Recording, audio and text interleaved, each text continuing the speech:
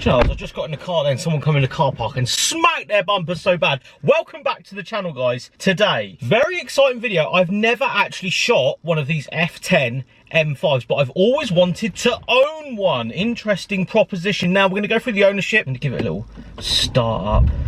Yeah, 4.4 litre, twin turbo V8, a beautiful day outside, and lots of tourists and cyclists.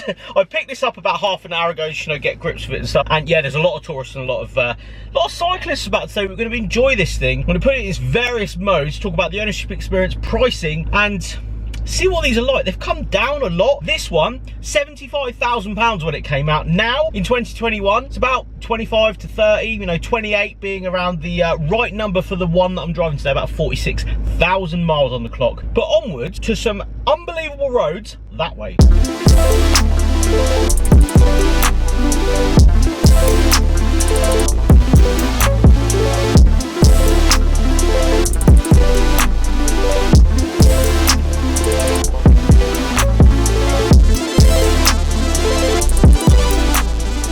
Now we're going to start this video in the most comfy setting. So we're in efficiency on the actual car itself, we're in comfort mode on suspension and comfort on the steering. And as you can hear, it's a lovely place to be in here. In fact, the only thing we can actually hear is the blowers, and we'll put those down. It's very, very hot, trying to get some aircon in this today. But this side of it, the comfy side, the bit that you'll probably spend most of its time doing, is just like, a diesel 5 Series. It's actually such a nice place to be. The only bit that I can feel that's M-car-y is the thickness. It feels so thick when it's going down the road, this thing.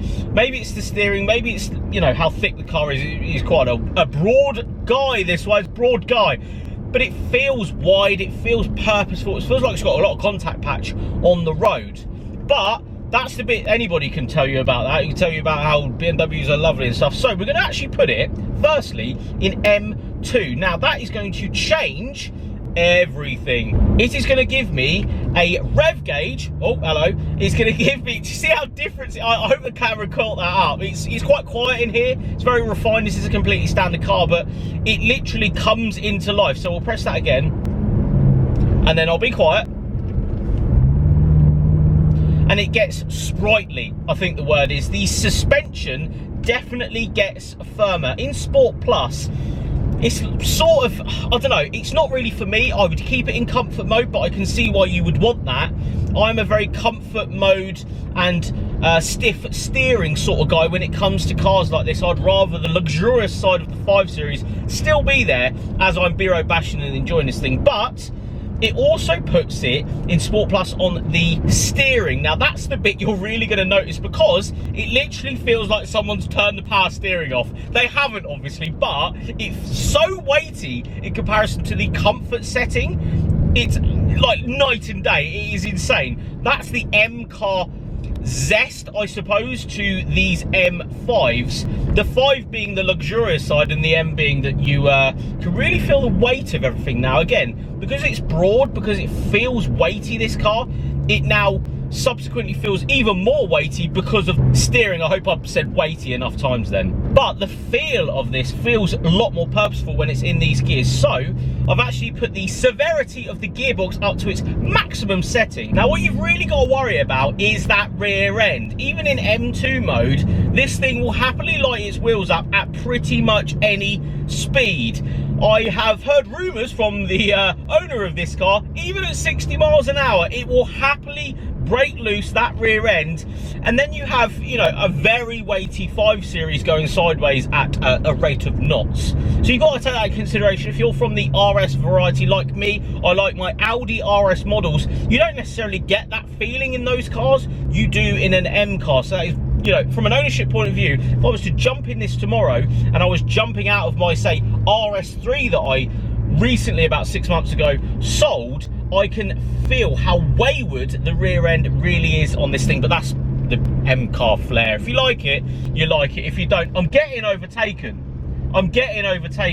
But yeah, that's the M car flair. There is a van in front of me as well. We'll point out I'm not just doing like 30 mile an hour on a 60. The van's going quite slow and I wasn't going to overtake him. Apparently that Focus Estate had other places to be. But yeah, the weightiness, you can feel it in the way the car drives, and especially when you put your foot down. When those turbos are just spooling, it does break away very, very easily. So although it's a hot day, it's 21 degrees outside at the moment, tarmac's hot, it's in the middle of the day, you can feel that this car just wants to break away and start shimmying itself sideways down the road. Something to point out, obviously, if you're just getting your first M car, take that into consideration. They're very, very lively on the rear end. So guys, parked up by the side of the road. Let's have a quick look round this F10 M5. I must admit, beautiful location today. Look at this. Just near Chale on the Isle of Wight. Look at this for a view.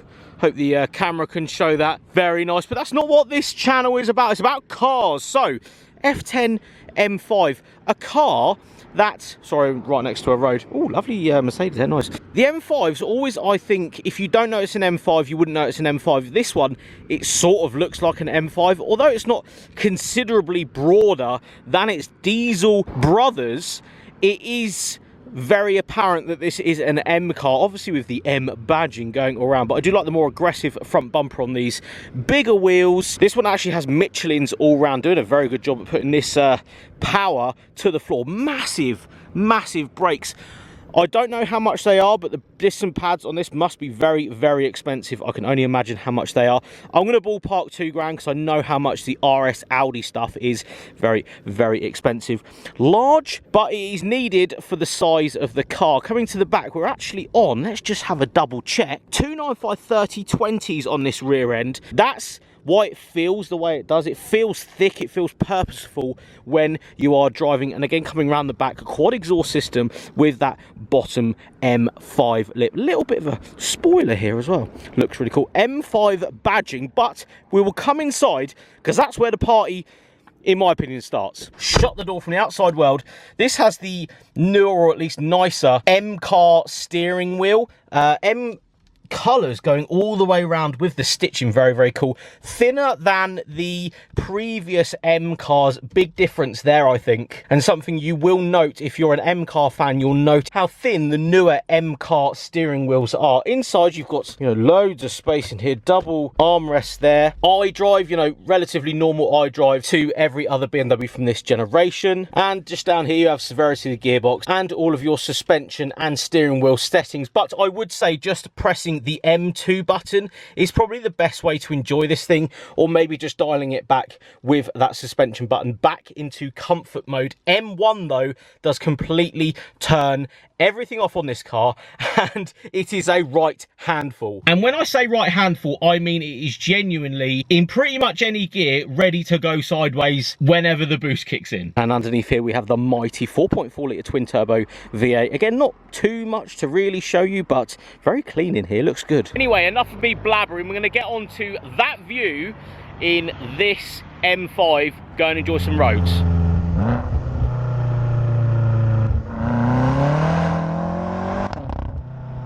Ownership side though, that's driving portion out of the way. Also, these seats, will say now, so comfortable, it's unreal. You've got the M in the logo embossed in the headrest. And of course, if you've got a family like I do, got 2 kids and all that sort of stuff, you could get 2 kids and a pram very, very easily in the back of this thing. And even with my chair where I'd usually have it, there's loads of room in the back.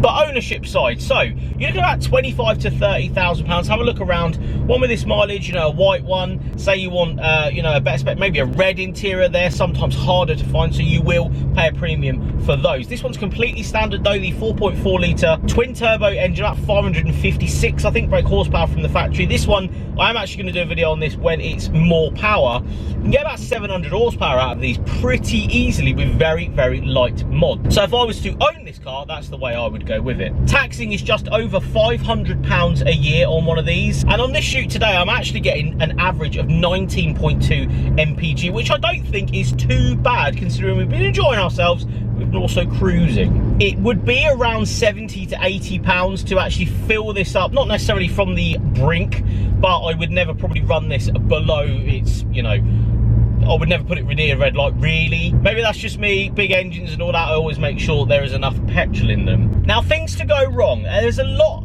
of things that can go wrong with these, I'm not even gonna lie. You need to go out there. I'm not going to tell you what they are because there is, you know, a complex, different amount of things that can go wrong with these. I'm going to let you guys go onto the owner groups and they can sort of explain more than anything the problems that come with these cars. Some are gearbox related, some are turbo related. It's the general new age M car stuff.